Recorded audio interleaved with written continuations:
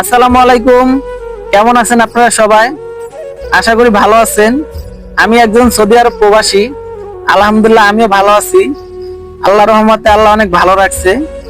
আজকে আমি অনেকটা খুশি, কারণ আমি নভেম্বরের 2 তারিখে সৌদি আরবে আসি, 3 তারিখে আমার কোম্পানিতে জয়েন করি। আলহামদুলিল্লাহ আজকে ডিসেম্বর 8 তারিখ, 8 তারিখে আইসা আমি আমার স্যালারিটা হাতে পাইলাম। আমার মতন প্রত্যেকটা প্রবাসী খুশি, কারণ সারাটা মাস যখন কষ্ট করে কাজ করে মাস শেষে যখন স্যালারিটা হাতে পায়, তখন আমার মতন প্রত্যেকটা প্রবাসী খুশি হয়। প্রবাসীদের জীবনটা অনেক কষ্টের ভাই, আর অনেক ত্যাগের বিনিময় এই প্রবাস জীবন। আর প্রত্যেকটা প্রবাসী অনেক ত্যাগের বিনিময়ে এই মাস শেষে স্যালারিটা হাতে পায়।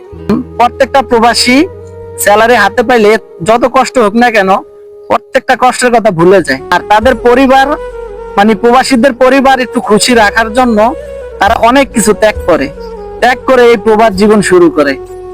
প্রবাসীরা অনেক কষ্ট করলো, কিন্তু যখন মাস শেষে স্যালারিটা পায় হাতে, তখন তাদের কষ্ট আর থাকে না। আর এটার নামই প্রবাস। তো আজকে আমি আমার স্যালারিটা, কত টাকা স্যালারি পাইলাম দেখেন, এই যে আমি স্যালারিটা হাতে পাইছি। তো আজকে আমার অনেক খুশি লাগতেছে, আমি অনেক খুশি।